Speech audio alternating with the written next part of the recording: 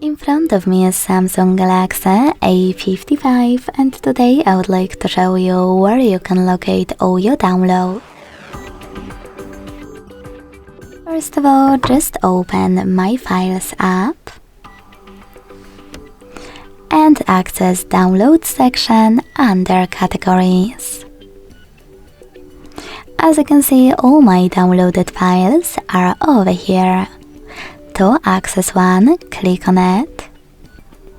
Tap on one of those sources, like Gallery, and decide if you wish to use your chosen app to open those type of files by clicking on Always or Just Once. Thanks so much for watching. If you enjoyed this video, don't forget to leave a like, comment and subscribe. Bye!